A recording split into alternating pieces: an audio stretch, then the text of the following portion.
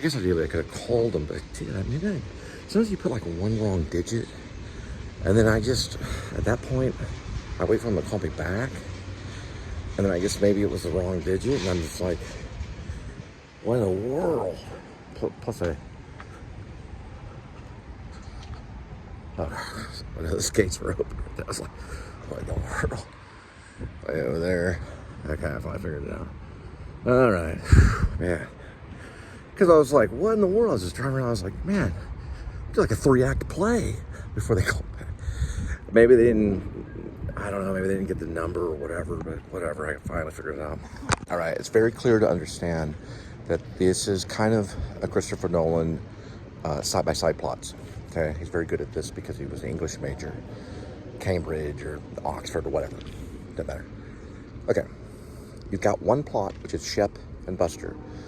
Shep eventually meets Lady Shelby, who is the common law, kind of maybe ex-wife, kind of separated wife maybe, of the Dwarf, okay, which is the Peter Dinklage kind of mean, he's kind of mean. He's the one that kind of wants to start a revolution. Whether that happens or not, we'll have to see. But he kind of wants to. Okay, he was the teacher that fell in hard times, met Lady Shelby on the the streets, and they begged, and they had a dog named Doc. You don't know his real name. Okay. We also have another. The Shep thing is its own separate plot. Okay, so it's Shep, Dwight East, the dog Buster. He eventually connects to another plot, which is Lady Shelby, who connects to Doc Shelby. Doc Shelby is connected to Jed Wilson and Droopy. Droopy is connected to Miss Shroom, who's connected back to the Dwarf, which is the Doc Shelby. There is a secret underlining objective that is basically Doc Shelby's plan to start an overthrow. He doesn't know exactly how he's going to do it. The dogs are part of it, and basically displaced people are part of it. These are people that are kind of wanderers. You see them with dogs and things like that. We see them every day, kind of thing. So he starts like training them, kind of thing. Okay. Now, that may not ever happen in the story. It's just what's going on in the mind of the Dwarf. That's important to know. It may not ever happen, but the Dwarf finally, okay, so we get all this training stuff with Jed, right, and Droopy. They're training, and they're going to go on the mountain and train. They train underwater. He's training. He's kind of like his boot camp sergeant kind of guy. Jed is like, almost to the point where, I'm going to want this many scalps and blah, blah, blah. He's not like that. Jed is more kind of real, hangs out. He probably wore moccasins when he was younger. He likes Megadeth, but he's more of a Metallica fan. But he wears the Megadeth thing because it has special patches and it's a hoodie. Keeps him kind of warm, and makes him look kind of tough. He smokes cigarettes. He was once a loser. He was once a musician. He wanted to be a musician. He might have a bi-level haircut. I was thinking about doing a bi-level haircut wig. And then he also has a buzz cut, because later he'll have a buzz cut. We know the whole thing about Shep, blah, blah, blah. It keeps going. The Alaskan State Troopers eventually find out him because of the Dwarf, but they can't get him because of the Lone Star hacker makes him current. It actually makes him Archie Rector. So they have to prove that he's not Archie Rector and the Shep stuff, and that goes through the Alaskan stuff. That's the whole Mark Wahlberg thing, and maybe me. That's the Alaskan State Troopers are involved. Okay, now, they have to go to the council members of the tribe just to get permission to even talk to him. It's a big ordeal, okay? Because the tribe members like him. He becomes friends with them. After all, that's what secretly kind of Matt Dill. Matt Dill's actually a man in the blue on board. Matt Dill is. They secretly talks to him kind of in code in the conversation at the bar. That's why I don't want John Cusack to do it, because I think John Cusack would understand what I'm talking about. Basically, he's talking to him and telling them kind of what to do, but without telling them what to do. It's a very hard scene. It's like very... whatever he did with Brian Wilson and the love thing. Okay. Because there were more than one thing going on, because the guy was kind of crazy. So was Brian Wilson, probably. Yeah. Anyway, it doesn't matter. I think Cusack would be great for Matt Dill. because he has these weird conversations with him, like, you know what you're gonna do. You read that Jack London book, right? You know the book is broke. I mean, not the book. I'm sorry. Your truck is broke. Your truck broke down, right? So you want to, see this right here. These letters are really numbers. You want to follow one of those kind of coordinates, kind of thing.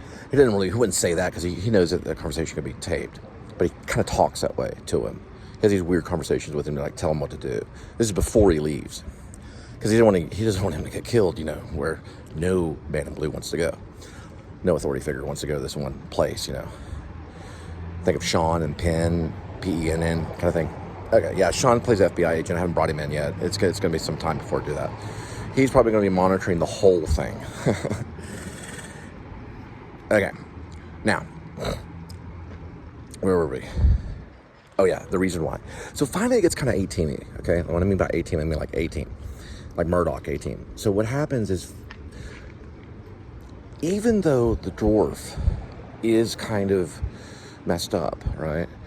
He finds out that there is this majorly corrupt pig in actually Fort Worth. He finds out about it and he wants to take him out because he's doing some really bad stuff. That's where the super objective kind of carries to, and everyone focuses. And then we see Jed Wilson. He no longer has a bi-level haircut, or he looks like a Megadeth fan or whatever. He has a buzz cut, and everyone gets on board. They fly out from Alaska, and boom, they're in town to pull off this one thing. Does Shep help them? We'll have to find out. So what ends up happening is Jed uses a special round. It's called a tranquilizer round. They're not supposed to use them. Then they get him. Then they have to show him video footage, and then they question him and show him all the things that he did wrong. Then he has to hang out with Jed in Alaska towards the end. Of course, until the FBI agent figures out what's going on, and then they have to go even deeper and cover. They probably release him somewhere near Fairbanks or something in his underwear by probably by a 7-Eleven. And then he picks up by the Penn character, and all that evidence is sent to him.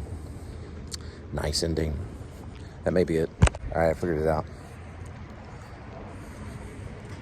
So the dwarf knows about this corrupt guy pulling some hardcore horse claw stuff, Fort Worth, right? So the Shepherds of Alaska finally get it together. Droopy's finally ready. Got all kind of Remo Williams. Remo Williams, very similar ending.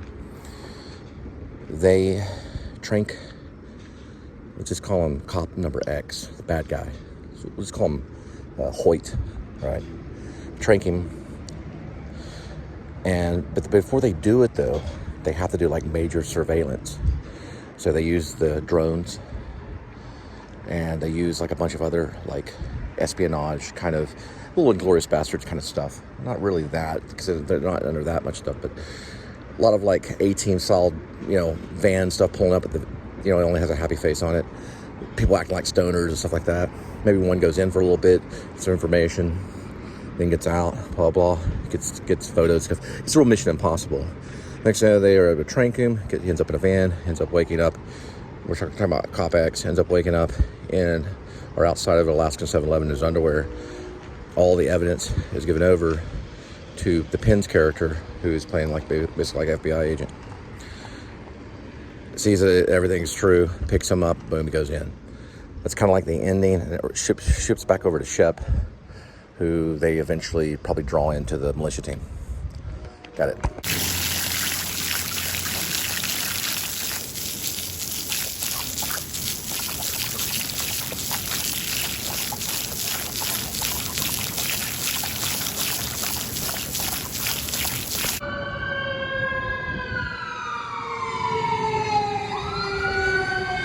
So the trick is going to be, after they leave Alaska and come to Fort Worth, to catch the Hoyt's Claw bad kind of character. It's pretty bad, right? That's probably what they use this shroom for, which hopefully is going to pack on. They have to do like major surveillance, so they have to figure out all the surveillance stuff. Sticky cameras, very Splinter Cell, like big time. And then also espionage, acting kind of thing, like, that's why I said Inglourious Bastards. In Inglourious Bastards, they acted like they were, the whole Eins, zwei, drei, first finger rather than the thumb. That kind of thought has to go into some of it. And that's going to be towards the end, so I should be better at it by then. And then that'll be the final, what I call the Remo Williams ending. There might be something with an Asian guy that shows. It's kind of a Joel Grey type. He might teach. Now, if Shep gets involved, then it may be tied up with something Shep did and the reason why he was on administrative leave. Because possibly Shep could have been set up. You see. But there could be some Remo Williams stuff, maybe too. I guess maybe Jed Williams is kind of a Joel Grey, Remo Williams type. Only he's an American dude. Well, Joel Grey was still an American. But I guess what I mean to say is he's probably Irish ancestry or maybe English ancestry. But he's really good at sniping, but not that good at walking on water. At least it's covered in ice. All right, so Shepard Dwight East lived in a neighborhood. Bad Cop or Cop X lived in that same neighborhood. Sometimes they keep their trucks parked. They can get in, there's certain codes, do a little switcheroo, do a certain action. Bad Cop X. I was thinking Ray Fiennes. Yeah, he's creepy. He was creepy in Harry Potter. He's creepy. He's creepier in Schindler's List. He's creepy. And he acts kind of like his buddy and his friend and everything. And all of a sudden, he finds out. A little question, a little catch and release. All of a sudden, yeah. Cameras would have to be manipulated. It gets real departed real quick. 1, 2, a 1. 1, 2. 1.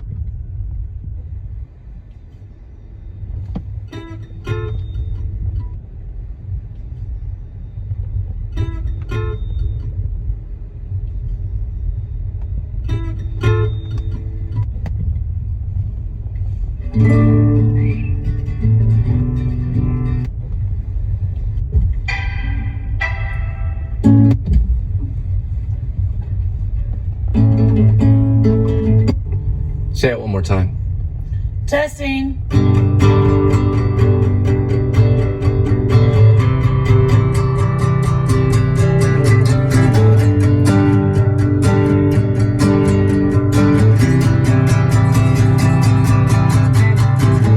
Looking up at those overcast clouds.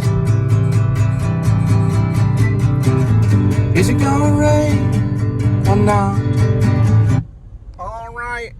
Another night of delivery. We're gonna head back to see Linda and Kitty. Let's try to stay out of bed.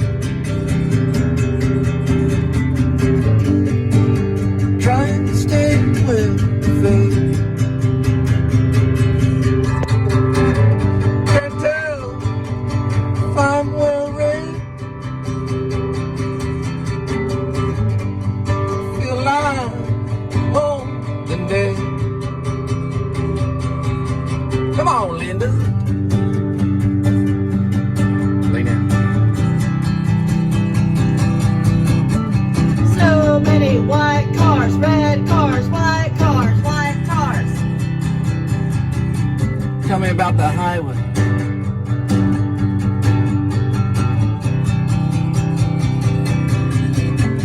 Stretches north to south, east to west, every direction, direction, direction that you can think of. Wrong turn, wrong turn, wrong turn. You'll be in trouble, trouble, trouble. Look at that way go! Look at that way go! Blowing, blowing, blowing, blowing, blowing. It's hitting my guitar. Don't lose hope. Just keep on going. We're recording the sounds of life.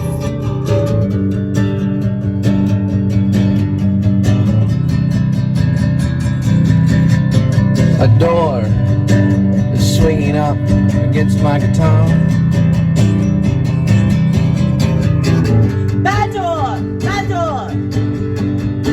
Oh, the door can be. Say it one more time.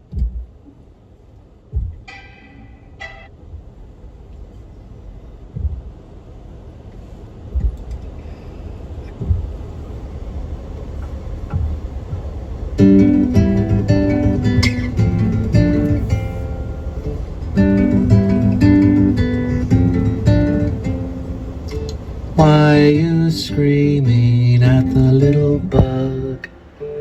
Couldn't you see me squash him, sweep him under the rug?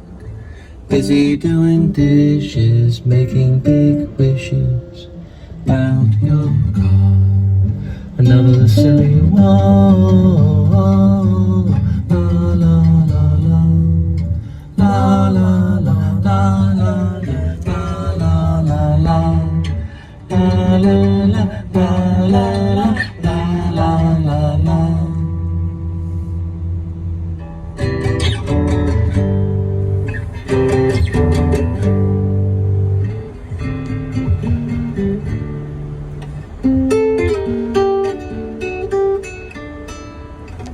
Is that a bug?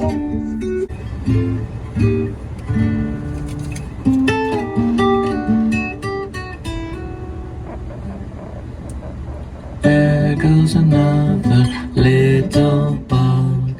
Hit your knuckles to the ceiling, think about your love. Puttering down the highway, flying down a country road. So don't worry about your car, it's another silly walk. La la la la. La la la la la la la la la. La la la la la la la la.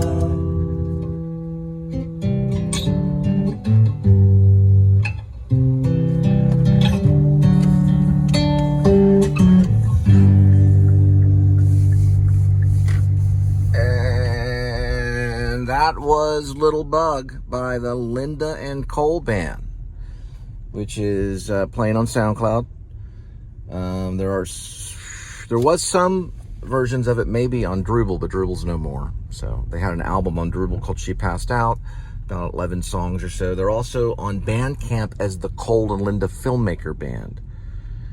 They have a different name on that one for whatever. It's easier to find. It's pretty easy to find. You just put all in one word. The Cole and Linda Filmmaker Band. That's on Bandcamp, which is only She Passed Out, which was a single from the album She Passed Out. This was from the album Mansions at Sunset Ridge, which has some of the other songs on it as well. We're gonna have to go in. We gotta get some mouthwash, and I gotta find some smokes, maybe an ashtray. Not for me, because I quit smoking. Quit smoking in 2012 and haven't touched a cigarette in more than 12 years. 2012, so that'd be, let's see, well, officially, okay, 2013. Okay, 2013, 10 years. I'm on the 11th year of non-smoking. I smoked for 6 years, smoked Camel Silvers and American Spirits. It's the hardest thing to quit on this planet. I was able to do it with the help of prayer. Check them out, SoundCloud. Consider that name on SoundCloud. La la la la la la la la la la.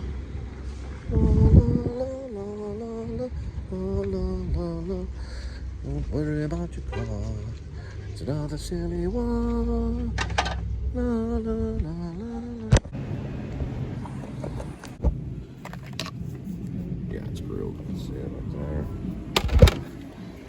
Now about 50 cents more, probably. Uh-huh. Yeah, we got it. 50%. These gotta be something. You get 2 for $4, 1 for the morning. It ain't too bad. What's this? Lemon lime? Yeah, these can really get the creative juice going. So we've gotten at $4, plus we got this puppy right here for $4. That's $8. Mouthwash is gonna be up to about 8, 19, 11, 12. we're looking at maybe $2 on this one, 14, and then 8, so 8 and 14, just rounding off to 10. It could be $23. Yeah, I was thinking $23. Jumped up to 26 somehow. Anyway, those paper towels should last. And I got some yummy mouthwash, and of course a $2 Snickers, which is at least something was, you know, on sale. And then I don't know, cat food and something else. What was it? Paper towels and something. Yeah. The reason why I thought about Ray Fiennes is because it's just perfect. I love Ray Fiennes. I love Ray Fiennes and Schindler's. The first time I started reading about him, we used to call him Ralph Fiennes. Yeah, Ray Fiennes would be perfect as Bad Cop X. We don't know his name yet, but it'd be great to play that role. And what ends up happening is you got the whole training sequence. It's kind of Joel Grey, Remo Williams. I love Remo Williams' soundtrack. Even if I could reuse Remo Williams' soundtrack in some way. I thought about Key from Goonies. But then again, man, you just can't beat Brad Pitt. I mean, just the way his timing is. He's like the new John Wayne. He's incredible. Especially for something like this called The Shepherds of Alaska. But maybe I can throw him in somehow. I know I'm throwing out a lot of names. I know I've changed some stuff. I put Brad Pitt over for Shep, possibly, because he's a good romantic character. I also put down, oh, it's Snickers. Snickers. You can kind of see it. I also put down, of course, over Jed. I think it'd be perfect for Jed. But Shep could really be, I mean, Leo would be good for Shep. Leonardo DiCaprio, it might be good. Then again, also Cooper Hoffman. Oh, I gotta go.